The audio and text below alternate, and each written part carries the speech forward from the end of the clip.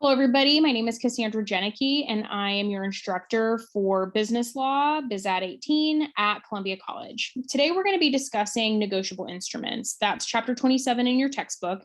And after having spent so much time on contracts, I think everybody is going to really appreciate the fact that negotiable instruments, which look like a contract, sound like a contract, and sometimes behave like a contract, but only take up one chapter in your book because they are more easily enforceable than a contract. So let's get into it. So first, let's discuss the types of instruments we're talking about and then the parties to those instruments. Now, what is the definition of a negotiable instrument? You may ask yourself, Cassandra, I've never heard of that term before. But some of you, most of you, hopefully most of you at least, will have actually utilized a negotiable instrument and you didn't even know it. So a negotiable instrument is a transferable, written, signed promise or order to pay a specified sum of money. And negotiable instruments can come in two different kinds. There's a promise to pay, which will include a promissory note or a certificate of deposit, and then an order to pay, which will include a draft or check. Now, when we talk about a promissory note is typically a loan document, right? You are taking out or making a promise that in exchange for money now, you will promise to pay back that money in the future. A certificate of deposit, very similar in that you are loaning your money to the bank in exchange for an interest payout at the end of the life of the CD. Drafts are also called a bill of exchange. We use those less now, but a check is the negotiable instrument that most folks are most commonly attuned to, right? Because we sometimes use them every day. So that's going to include your ordinary check that pulls and draws money out of your, checking or savings account, cashier's checks, teller's checks from the bank, traveler's checks, and money orders. Who are our parties to the instrument? Remember when we were talking about contracts, one of the things that we oftentimes had to identify is who were the parties to that agreement, right? Who were the parties that were governed by the contractual obligations? Very similarly, with negotiable instruments, we also want to know who our parties are. So a party to an instrument can be a natural person, so a human being like me, myself, and I, an artificial person, so a corporation, or an unincorporated enterprise, so a solo practitioner business, a LLM, things of that nature. The parties have designated names depending on the type of negotiable instrument that we're dealing with. And so a maker is someone who will create a promissory note and creates the promise to pay. A payee is the party named to receive that payment back. And then a drawer is a party who writes a draft or a check. And then the drawee is the party who is ordered to pay the amount of the draft, i.e. the bank, your credit union, whoever's holding that money at that time. So I mentioned at the beginning of this that one of the reasons why we like negotiable instruments is because they're easier than contracts, right? We just spent 6 to 8 weeks talking about contracts, right? All of the intricacies and idiosyncrasies that come along with contracts. And why are contracts complicated? Contracts are complicated because people can breach them, right? People have to perform something in exchange for a contract or in exchange of triggering a contractual obligation. Whereas with a negotiable instrument, the instrument itself is negotiable and the promise to pay is unequivocal at the time of negotiation. So let's talk about what that means. So negotiation or negotiability distinguishes commercial paper or instruments. So commercial paper being your promissory notes, your CDs, your instruments being your checks or your drafts from ordinary contracts. A non-negotiable instrument's terms are enforceable. So in ordinary contract, terms are enforceable, but that instrument, that agreement is going to be governed by contract law, even if it's a promise, even if it's just a promise to pay. So transfers can be made with assurance of payment and no need to investigate the underlying contract when it is a negotiable instrument. So if a person is given a negotiable instrument, it's not my obligation as the receiver of that negotiable instrument to go out and figure out whether or not anything underlying that instrument has happened, right? With a contract, if I were to become a third party to that contract, or if I were to become the assignee of a contract, I may have to look at that underlying performance piece to see if the contract is good or not, if it can be enforced, or if a breach has occurred. That is not so with negotiability. So what does that make negotiable instruments? Easier to enforce, faster to enforce. They have an actual monetary value associated with them, so they pass like cash in our very complex financial system, versus a contract, which does not pass that easily. So there are 7, count them 7, requirements for an instrument to be negotiable. So it has to be in writing. Now, you may ask yourself, well, Cassandra, a contract doesn't have to be in writing. Exactly. Oral contracts are enforceable if you can prove the terms of them. But if you can't, that's when it becomes problematic. In order for an instrument or a promise to pay to be negotiable and to qualify as a negotiable instrument, it must be in writing. Now, thankfully, no particular form is required, with the exception of the 6 other items that I'm going to talk about for the requirements of negotiability. So it must be authenticated or signed by the maker or the drawer. Now, that doesn't necessarily have to be a signature, because, for example, the artist formerly known as Prince utilized a symbol for many, many years in protest of his record label's restrictions on him. And so his symbol would have qualified as an authenticating symbol rather than a signature. Okay. Now, we are going to talk about agency in a little bit when we get to those sections of your textbook and that section of the class. But just know here, and mark this here for a pin later, that an agent can authenticate a negotiable instrument for their principal, but they have to identify who the principal is and the fact that they are acting as a representative or agent in order for negotiability to occur. Otherwise, if those 2 things are missing, the identification of the principal and the fact that they're acting as an agent, then it becomes just a regular contract. Additional items. So words of negotiability.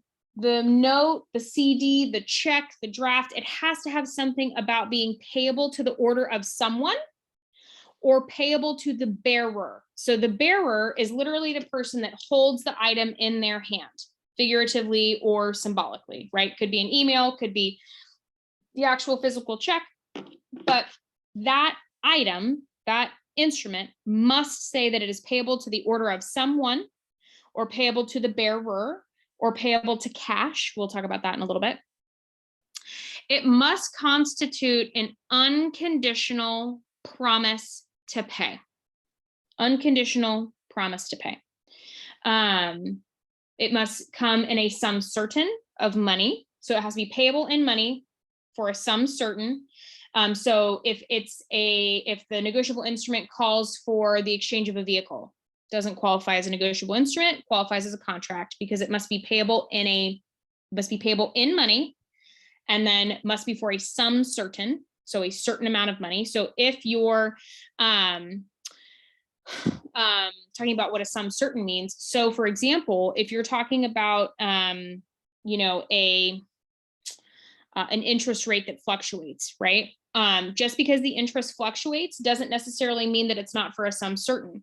The interest rate can fluctuate so long as you can identify what the interest rate is. But if it's, like off the LIBOR index or some other interest index across the global market.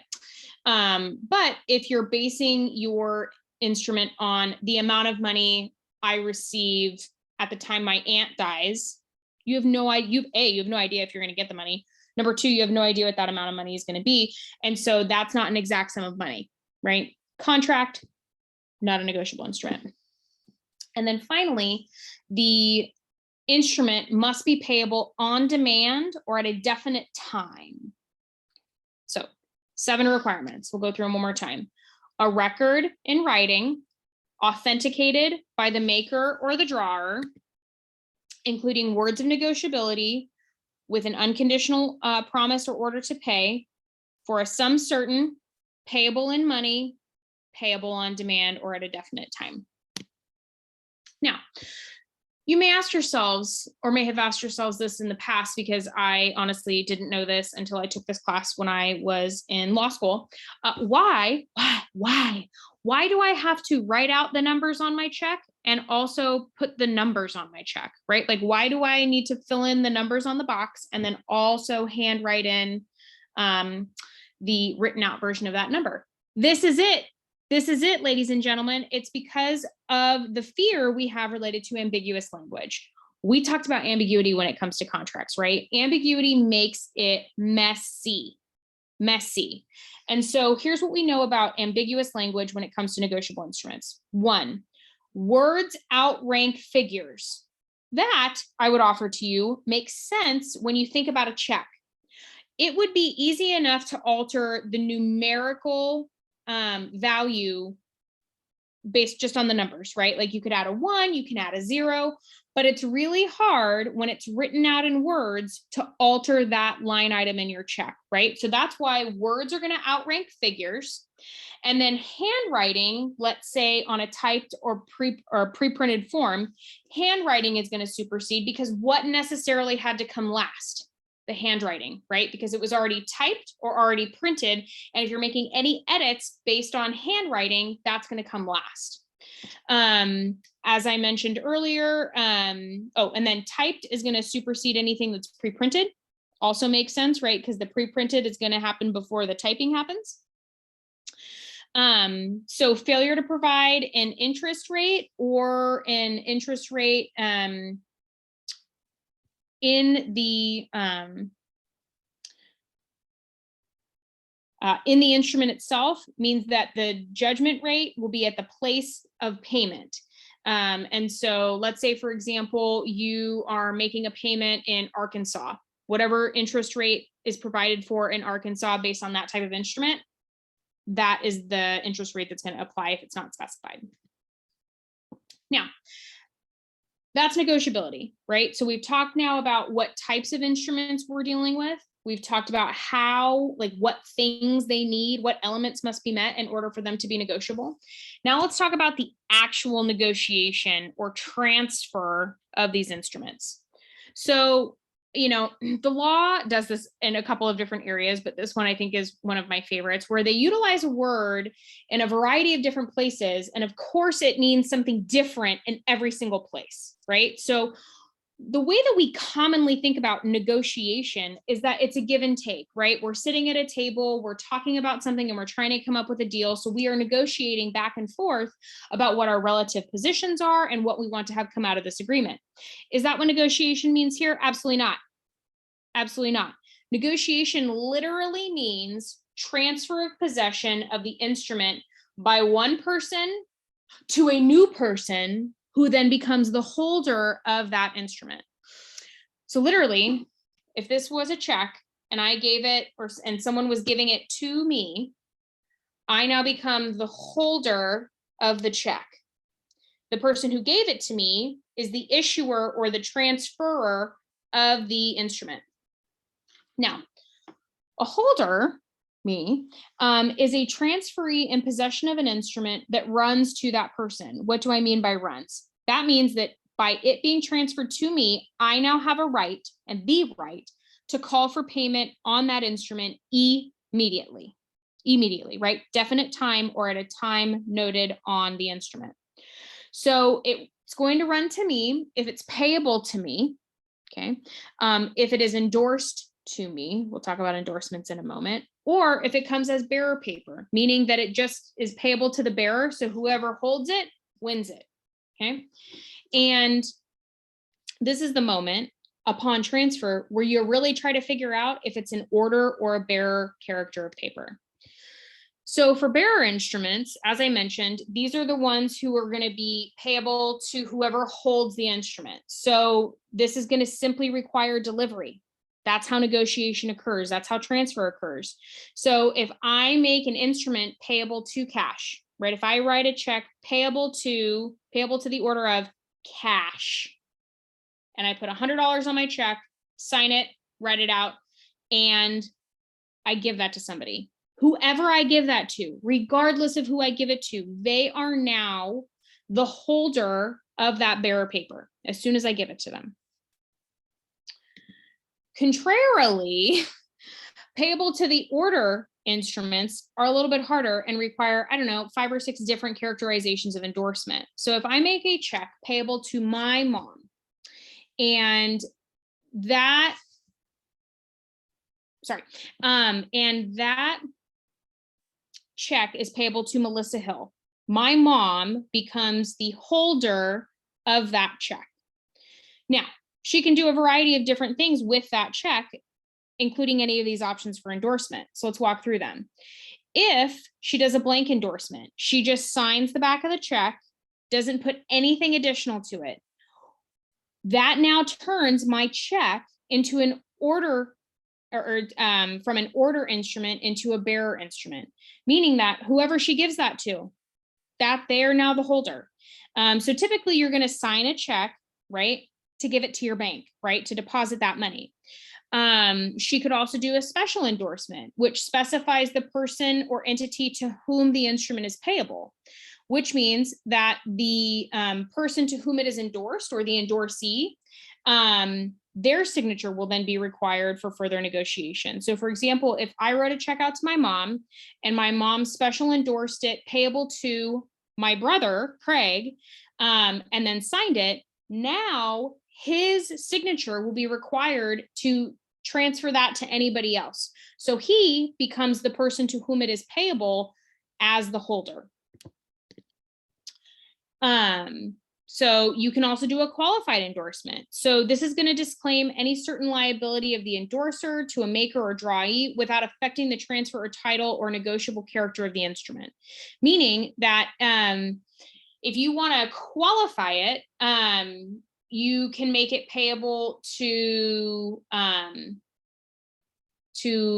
sorry, my brain just blanked.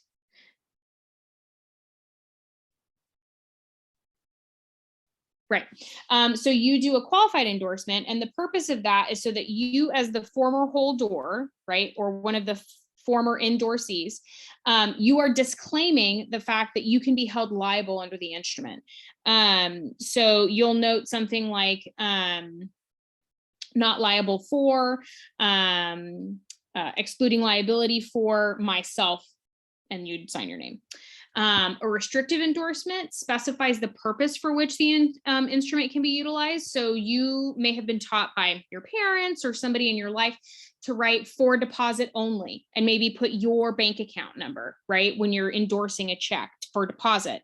And that's actually a really good practice, because if, let's say, you're depositing checks for a business, and you've gone through and you've endorsed all of the checks, but you haven't done a restrictive endorsement, you're walking to the bank, somebody knocks into you, you drop a couple of the checks, Joe Schmo the ragman off the street can walk by, pick up those checks and deposit them, because they've become what?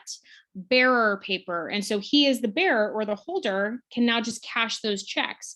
But if you had put for deposit only into this bank account with the signature required to endorse those checks, he, when he goes to the bank, would not be entitled to those, because those have not been endorsed to him. This one's one of my favorites. So, you know, if you have a grandparent or somebody in your life who likes to give you and your siblings a shared check, I don't know if anybody else had that experience, but my brother and I did. If you have multiple payees and the endorsers, the instrument is payable to joint payees, and that can require both parties to endorse. Now, if this is one of those areas where you have to, the conjunction is really important, or the method of separation of the multiple payees is really important, because if it's Cassandra Jenneke, comma, Craig Hill, who's my brother, then the question is really, how do you interpret that comma? And so historically, folks would require that it be a joint signature so that both parties had to sign. But now, because we like things to move a little bit faster through our financial system, now the inclination is to have alternative payees. So unless you put in your instrument, right, when you make it payable to somebody, unless you put in there that you want it payable to Cassandra Jenneke and Craig Hill, any other conjunction or form of connecting those two things, it's going to be alternative payees. And so I could endorse it, cash it, and he'd never be the wiser. or he could do the same to me. So we've talked about general holders, right? For bearer paper, those are the folks that just are holding or have possession of the document. For pay to the order of instruments, those are the folks to whom the instrument has been drafted to, or the payee, or the person to whom the instrument has been endorsed. Now, you don't want to be just a regular holder.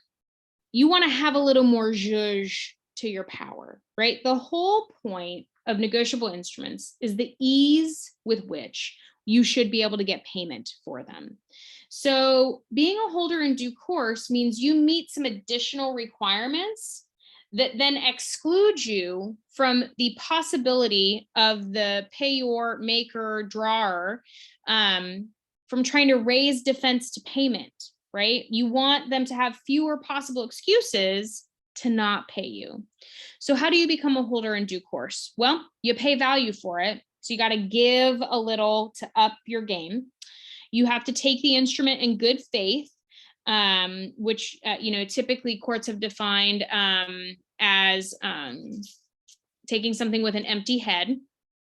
So you have no knowledge really about the instrument being overdue or dishonored. You really have no, when it comes to good faith, you're taking it with a good heart and an empty head. And so you don't know anything behind the instrument that would make you question whether or not it's enforceable.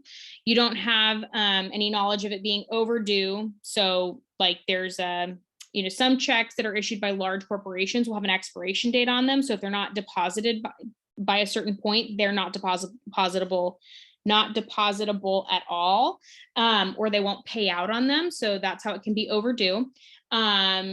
Checks obviously can be dishonored. So if you've ever written void or canceled a check because something was weird, if you want to be a holder in due course, you can't have any knowledge of that having been done for that instrument. And then you must be ignorant of any defenses to enforcement of the instrument, and then any adverse claims against the instrument. So as I said, you can be a holder, you can be a holder in due course, you can be a holder through a holder in due course. And so essentially what all of that means is that your status in relation to the transfer or negotiation of that instrument to you as the holder in due course, or holder through a holder in due course, makes it so there are fewer excuses to not pay you.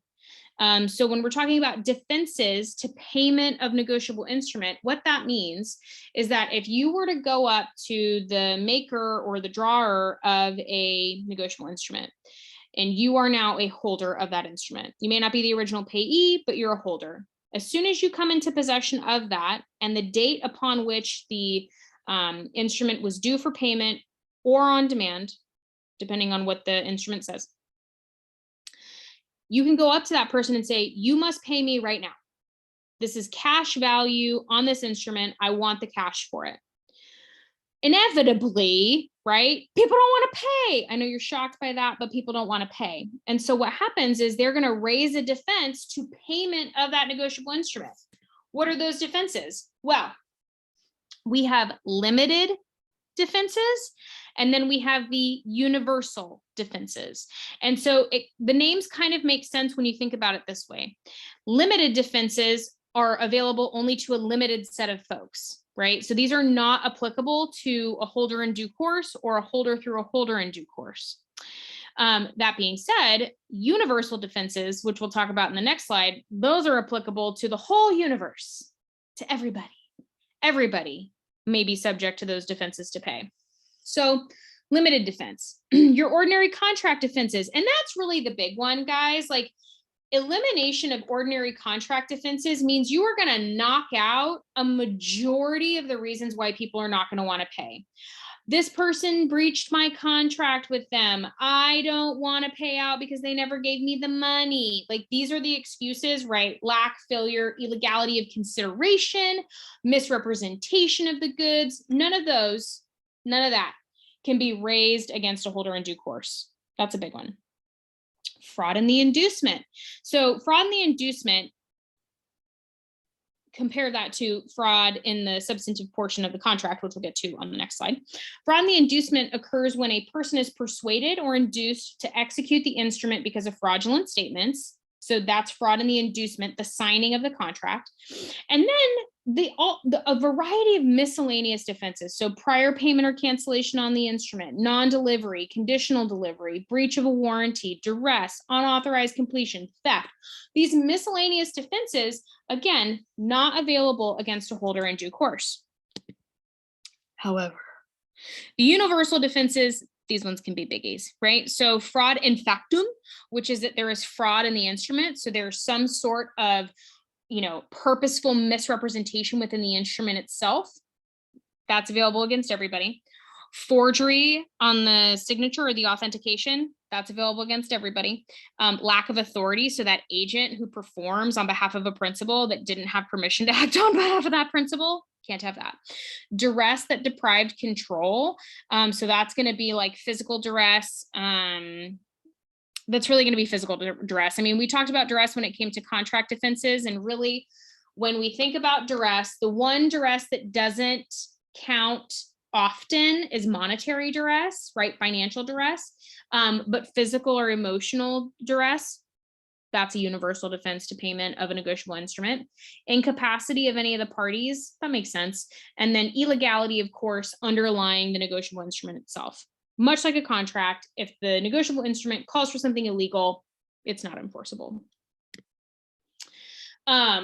Alteration is another universal defense, and so it is not enforceable, or it is a, sorry, lost my train of thought. For alteration, so the defense is against the person who made the alteration. Okay. No, wait, I apologize.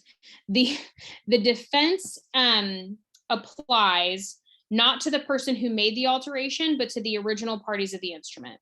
So if there is an alteration, the instrument can be enforced back to its original terms.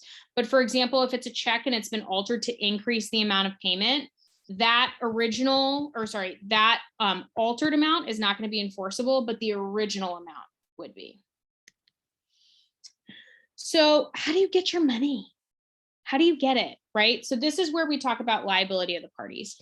And when we look at that, you have to look at the contract roles of the parties and then who are they liable to, right? So your primary parties are those folks that we talked about at the very beginning, right? The maker, the drawer, the payee, those folks. The holder or a holder in due course must first go to the primary party to obtain payment. So on a note or a CD, that's going to be a maker. On a draft or a check, that's going to be the drawee. Once you go to those people and they have a legitimate defense to payment, you then must either a legitimate defense to payment or they refuse to pay, legitimate or illegitimate. Then you have to go to the secondary parties, and the holder or holder in due course can turn to the secondary parties when the primary parties are unable to pay. So those are going to be the folks who are the endorsers on notes. So every endorser thereafter. And then of course our drawers and our endorsers on checks. How do you do it? How do you actually enforce negotiation? How do you get payment? So you have to present it, right? So you have to present the instrument for payment according to its terms. So some of them may say, you have to come for payment on this day of the month, or it's payable after this date, things like that. You have to request it in writing. You have to request payment in person, things like that. Now, if dishonor has occurred or notice of dishonor has been provided, this will occur when the primary party refuses to pay or gives notice that it will not pay. It is then that the holder in due course can seek payment from the secondary parties. So you don't just get to go to the secondary party first. You got to go to the primary party, see if they're going to pay. And if they don't, they refuse to, and they give notice that they're not going to, then you get to go to the secondary party. So presenters have certain warranties that are that are given to them, right? So, or that they make a promise about. So a warranty is just a promise. And so presenters make a warranty, and then we'll talk about the warranties of other folks. So the presenters are promising when they present the item, the instrument for enforcement, they are saying that, yes, I am an authorized person who can present and enforce this negotiable instrument. I am promising that it was not altered, and I am promising that I have no knowledge that the signature of the drawer is forged. Consistent with that, the folks who are transferring the negotiable instruments back and forth, they are also making promises. So the transferor is promising that they can enforce the instrument, that the signatures are genuine and authorized, that nothing on the instrument has been altered, that there is no defense against the transferor, and that there is no knowledge by the transferor of the insolvency underlying the instrument. And so when you take all of those promises into effect or into account, transferring the instrument between parties, acting as the presenter for payment, you are making certain promises, warranties about the nature of the instrument so that the other party can rely on those promises in giving you the payment. So the end game when it comes to negotiable instruments is that they are commercial paper that is more easily transferable and more easily enforceable than contracts. Contracts are messy. Contracts allow for breach. All of those types of things, all of the commercial and contractual defenses that we talked about apply to contracts.